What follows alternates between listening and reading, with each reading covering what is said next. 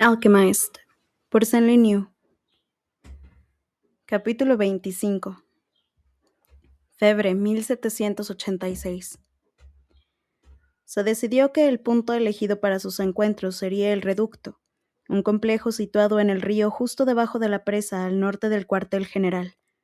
La enorme estructura estaba construida sobre unos descomunales pilares que evitaban que sufriera daños en caso de inundación, pero que le permitían estar lo bastante cerca del agua como para beneficiarse de la hidroelectricidad generada por la presa. Las fábricas de la zona habían cerrado a causa de la guerra, pero el reducto había sido asediado por ambos bandos durante los primeros meses de conflicto, cuando intentaron hacerse con el control del complejo y así asegurar un posible puesto de fabricación de armas. Sin embargo, los daños causados fueron tales que el complejo acabó declarándose inservible. Una vez en ruinas, dejó de considerarse un punto lo bastante estratégico como para que supusiera una prioridad, y dado que continuar disputándose el territorio podía poner en riesgo la integridad de la presa, ambos bandos decidieron abandonarlo. Al fin y al cabo no le convenía a nadie que Palladia se quedara sin electricidad o que los ciudadanos acabaran con el agua hasta la cintura. Para Helena, incluso antes de la guerra, el reducto había sido uno de los lugares más horrendos que había visto nunca, pues era como una brutal mancha negra que alteraba el equilibrio del paisaje. Por si fuera poco, cuando todavía estaba en funcionamiento, el complejo contaminó los cielos con su humo negro, y además envenenó las aguas y salpicó con una desagradable sustancia viscosa el humedal que se inundaba junto a los suburbios sumergidos y los distritos bajos durante la fase de sublimación. Por eso siempre había evitado la zona. A última hora de la tarde del día en que se encontraría con Ferron por primera vez, se quitó el uniforme y dejó todas sus posesiones guardadas con mimo en su arcón, incluido el amuleto de Heliolita. No había vuelto a ponérselo desde la reunión que había tenido con Ylva y Crowther, pues se le revolvía el estómago solo de verlo. Se vistió con las ropas de civil menos llamativas que fue capaz de encontrar, de manera que nadie se fijara en ella, y se tapó la cabeza con la capucha para ocultar lo obscura que era su melena. Sería una ciudadana cualquiera intentando mantenerse alejada del conflicto. Los inmarcesibles no solían molestar a los civiles, dado que preferían convertir en necrómatas a los soldados de la resistencia para no tener que tomarse la molestia de entrenarlos y armarlos. El paseo hasta el reducto era relativamente sencillo. Solo tenía que caminar en dirección norte desde el cuartel general y cruzar el puente que comunicaba con el continente. Además, como el extremo norte de la isla estaba asentado sobre una meseta, no se vería obligada a moverse entre los distintos niveles de la ciudad. El portón de entrada estaba cerrado, y los guardas que vigilaban la puerta peatonal comprobaron los permisos y la identificación que Crowther le había preparado antes de dejarla pasar. El río arrastraba el agua que las tormentas habían descargado sobre las montañas, aunque no bajaba tan revuelto como durante la época de las crecidas. Una vez que hubo salido de la isla, siguió la carretera que conducía hasta la presa y cruzó un segundo puente para llegar al reducto, donde, para su sorpresa, había un buen puñado de gente. Dado que los edificios estaban abandonados, muchos de los ciudadanos más pobres y sin poderes alquímicos habían huido hasta allí por miedo a verse obligados a unirse a cualquiera de los bandos combatientes. El reducto era el único lugar excluido del campo de batalla donde podían pasar el invierno sin enfrentarse al frío inclemente de las montañas. El complejo era una mezcla entre un laberinto y una ciudad, pero sus altísimos muros de metal y cemento hacían que resultara claustrofóbico. Las fábricas habían sufrido todo tipo de sabotajes que solo habían sido posibles gracias a la alquimia, como extrañas transmutaciones y alquimizaciones pensadas para destruir la maquinaria más compleja. Sin embargo, el edificio de apartamentos donde vivía la mayor parte de los desplazadores se mantenía en mejores condiciones. Según le habían dicho, lo identificaría gracias al símbolo alquímico del hierro que había en el mosaico decorativo de la entrada. Helena entró tratando de simular que sabía a dónde iba. El tragaluz que antaño había decorado el techo ahora estaba hecho añicos en el suelo, y solo unos pocos módulos tenían puertas todavía. Segundo piso, cuarta puerta a la izquierda. Habían raspado el número que identificaba el módulo hasta dejarlo ilegible. La chica se quitó los guantes y llamó con firmeza, pero intentando no hacer demasiado ruido. Como no obtuvo respuesta, hizo una pausa y volvió a comprobar el mapa. Quizá había llegado demasiado temprano. Tendría que esperar. Se quedó allí de pie, esforzándose por parecer tranquila mientras el corazón amenazaba con salírsele del pecho. Entonces la puerta se abrió sin previo aviso y la luz de un farol eléctrico iluminó el pasillo. Kane Ferron apareció ante el umbral con el mismo aspecto que en el retrato del periódico, como si para él no hubiera pasado el tiempo, como si no hubiese envejecido nada en aquellos 5 años. Ni siquiera aparentaba tener 17 años. Todavía mostraba ese aire desgarbado que caracterizaba a los chicos después de pegar el estirón, pero antes de que su figura se transformara en la de un hombre adulto. Incluso iba peinado igual que cuando estudiaba, como si hubiera emergido del pasado. Llevaba un traje de color gris piedra que casi hacía juego con el trono gris verdoso de sus ojos. Era el uniforme de los miembros de rango medio alto de los inmarcesibles. Cuanto más alto era su rango, más oscuro era su atuendo. Por eso los generales iban siempre vestidos de negro. El chico de rostro extrañamente aniñado la miró con languidez. Las circunstancias ya eran de por sí terribles, pero por algún motivo nada la había impactado tanto como descubrir que Ferron conservaba una apariencia tan juvenil. Se le quedó mirando hasta que éste por fin se hizo a un lado y abrió la puerta a modo de invitación, aunque dejó el espacio justo para que Elena tuviera que pasar rozándolo. El corazón estaba a punto de salírsele por la boca cuando entró. Al cruzar el umbral se debatió entre estudiar cada rincón del módulo o dejarse llevar por el miedo que le impedía apartar la vista de Ferron. Al final aprovechó el breve instante que tardó en darse la vuelta, para recorrer la estancia con la mirada, intentando fijarse en el mayor número de detalles. El módulo era sencillo y estaba prácticamente vacío.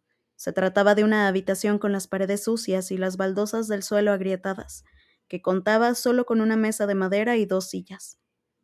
Al ver que no había ni una cama ni un sofá, no supo si debería sentirse aliviada o aterrorizada. Su cuerpo amenazaba con echarse a temblar descontroladamente. El movimiento de la sangre le llegaba con tanta violencia a los oídos que apenas registró el sonido de la puerta al cerrarse. Al encontrarse frente a él, trató de imitar la lánguida indiferencia de Ferron para no denotar lo asustada que estaba en realidad. El chico apenas rozó la superficie de la puerta, pero Elena supo que acababa de encerrarla cuando captó el leve ruido de un mecanismo, seguido del chasquido de la cerradura. Según tengo entendido, quieres ayudar a la resistencia, le dijo cuando se volvió para mirarla. Oía su propia voz como si viniera de muy lejos. Su mente trabajaba a toda velocidad, anticipándose a lo que pudiera pasar. ¿A cuántas personas había matado? Estaba claro que formaba parte de los inmarcesibles desde hacía años. ¿Cuántos necrómatas tenía bajo su mando? ¿Por qué había pedido verla a ella? ¿Por qué la querría? Si le hacía daño, ¿le daría tiempo a curarse antes de que dieran el toque de queda o tendría que pasar la noche atrapada en el reducto? Las preguntas se le agolpaban en la cabeza mientras el miedo correteaba por sus venas como un parásito. Lo notaba en los huesos, buscando la más mínima brecha en su determinación para hacerse un hueco en su interior. ¿Estás al tanto de mis condiciones?, le preguntó mientras la estudiaba con la cabeza ladeada. Elena encontró su mirada y se dio cuenta de que si bien su rostro mostraba un engañoso aire juvenil, sus ojos lo delataban. A cambio de recabar información para la llama eterna, quieres un indulto, me quieres a mí. Ahora y para siempre, sin importar cuándo acabe la guerra, dijo con un brillo intenso en la mirada. Elena no se permitió mostrar reacción alguna. Después de pasar años en el hospital, había aprendido a dejar sus sentimientos a un lado para cumplir su deber. Sí, dijo impasible. Soy tuya. Aunque Ferron fuera dueño de su cuerpo, ella seguía teniendo el control de su mente y sus sentimientos. Si quería acceder también a ellos, tendría que esforzarse mucho más. Acércate, Ferron. Quiero que te obsesiones tanto con mis puntos débiles que no te percates de lo que voy a hacer e introducir en tu interior. Entonces el chico sonrió y al hacerlo, su verdadera edad se reflejó de pronto en su rostro. No porque sus facciones envejecieran de un momento a otro, sino porque una malicia enconada, indudablemente por el paso del tiempo, borró por un instante esa fachada de juventud tras el que se escondía. ¿Me lo prometes?, preguntó. Si eso es lo que quieres. Otra rápida sonrisa cruzó su rostro como una guadaña que buscaba más hacer daño que demostrar una emoción sincera. Entonces júramelo, en voz alta. Elena se llevó una mano al corazón sin darse la oportunidad de pensárselo. Lo juro por mi alma y por el espíritu de los 5 dioses que Ferron seré tuya hasta que exhale mi último aliento.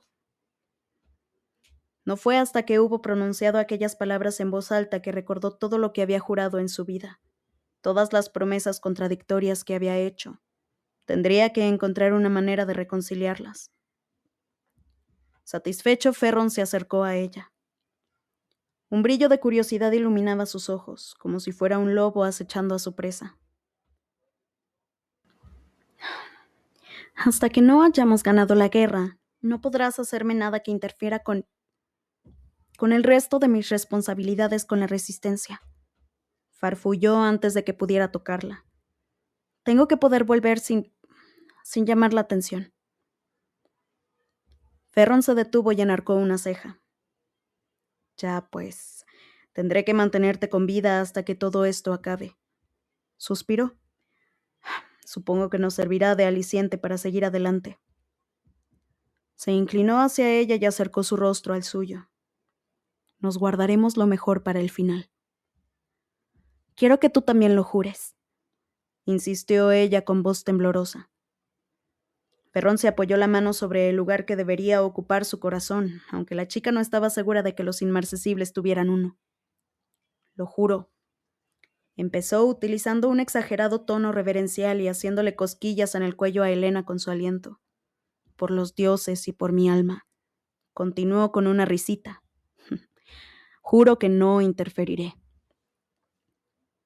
La chica echó la cabeza hacia atrás y lo miró con suspicacia por lo fácil que había resultado hacer que cooperara. Sabía que le acababa de ofrecer una promesa vacía, pero ¿por qué le seguía el juego? Ferron dominaba la situación y en vez de aprovechar esa ventaja, actuaba como si el acuerdo al que habían llegado fuera mutuo. Al ver cómo lo escudriñaba, Ferron cuadró los hombros y dio una vuelta alrededor de la joven, chasqueando la lengua cuando ella hizo todo lo posible por mantenerlo en su campo de visión. Un brillo divertido le iluminaba la mirada. Vaya, vaya. No te fías de mí, ¿eh? Deja que adivine lo que estás pensando. ¿Crees que te estoy tendiendo una trampa y que cambiaré de opinión en cuanto haya conseguido lo que quiero? Elena se quedó helada. Sí, eso es exactamente lo que piensas. Se detuvo en seco. ¿Y si hacemos algo? Como muestra de mi buena voluntad, te prometo que no te tocaré. De momento.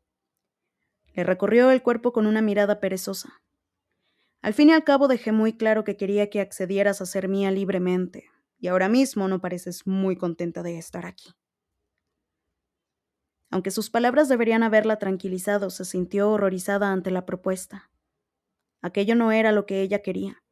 Se suponía que la misión debía comenzar de inmediato y cuanto más tardaran en ponerla en marcha, más probabilidades había de que Ferron perdiera el interés antes de que ella tuviese oportunidad de manipularlo.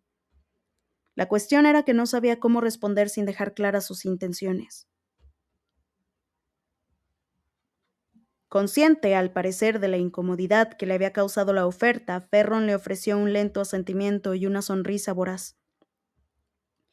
Voy a seguir dándote la información que tu querida llama eterna precisa, solo que por el momento encontraré otras formas de disfrutar de tu compañía.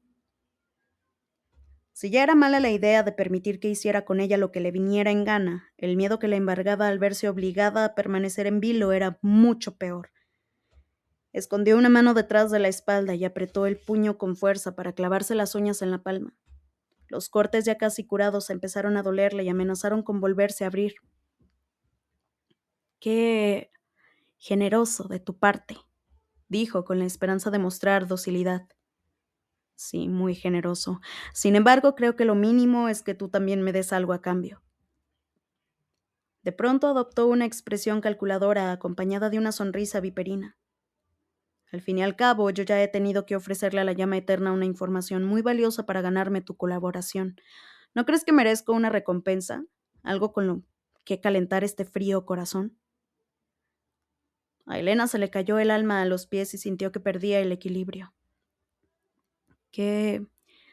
¿Qué quieres? Preguntó tensa. Trató de averiguar qué le pediría, aunque acabó hundida mentalmente bajo toda una avalancha de posibilidades. Odiaba pensar en el concepto que los hombres tenían de un favor. No parece que la idea te entusiasme mucho. Ferron esbozó una fingida expresión de lástima e hizo un mohín que le dio un aspecto tan aniñado que Elena se sintió tentada de dar un paso atrás. ¿Qué quieres que haga? Insistió apretando los dientes. Dímelo y lo haré. Por Dios, Marino, profirió una seca carcajada. Sí que estás desesperada. Estoy aquí, ¿no? Creo que eso ya lo había dejado muy claro. Le espetó con tono apagado, incapaz de mirarlo ya a la cara. Bueno, como se ve que tu creatividad a la hora de mostrar gratitud es nula, supongo que me des un beso, bien cargado de sentimiento. ¿Sentenció? Luego, como si se lo hubiera pensado mejor, añadió. Decidiré cuánta información proporcionarte dependiendo de lo bien que lo hagas. ¿Un beso? ¿Solo quería un beso? La situación era menos desagradable de lo que había esperado, pero la verdad era que prefería mantener las distancias. Estaba claro que intentaba provocarla. Desde que la chica había llamado a la puerta no había hecho más que mantenerla en vilo. Lo del beso era solo la guinda del pastel. Quería ponerla completamente en evidencia, reforzar el rencor que Elena le guardaba y hacerle creer que le estaba ahorrando una mayor humillación al mostrarle clemencia. Ferrón esperaba que lo odiara, esperaba que sus sentimientos la mantuvieran distraída para que le resultara más fácil manipularla y hacerla sentir desgraciada. Se trataba de un juego, nada real. Elena no pasaba de ser una distracción para él, algo que incluir en su lista de condiciones para confundir a la llama eterna. No formaba parte de su verdadero plan. Más le valía tenerlo en mente. Dio un paso hacia él. Las uñas perfectas, el rostro eternamente joven, cada detalle que conformaba la fachada de meticulosa serenidad de Ferron, estaba pensado para esconder el monstruo que acechaba bajo su piel. Se le contrajeron las pupilas. Un opaco desinterés se adueñó de su mirada. Elena concentró su resonancia hasta que la notó vibrar en la yema de los dedos y la volvió maleable como los hilos de una telaraña. Era demasiado pronto para manipularlo, pero un beso le daría la oportunidad de tocarlo, de descubrir cómo era y ante todo qué sentía por ella. Le proporcionaría un punto de partida. No se permitió tocarlo con las manos desnudas, nada más rodearle el cuello con los brazos, sino que pasó los dedos por la delgada lana oscura de su chaqueta para atraerlo hacia sí. Ferrón sonrió como si estuviera disfrutando de la situación. Cuando sus labios estaban a punto de entrar en contacto, Elena vaciló. Una parte de ella esperaba que le arrancara el corazón de cuajo como había hecho con el padre de Luke. Un escalofrío le recorrió el cuerpo y supo que él también lo había sentido. El aliento le olía a enebro, fresco, intenso y recién cortado. La languidez había vuelto a adueñarse de sus ojos entrecerrados al encontrar su mirada. La chica se preguntó qué vería Ferron en ella. Se dijo que los asesinos también eran personas y él no era más que un muchacho, así que lo besó despacio, con dulzura, tal y como se había imaginado besando a alguien que le gustara.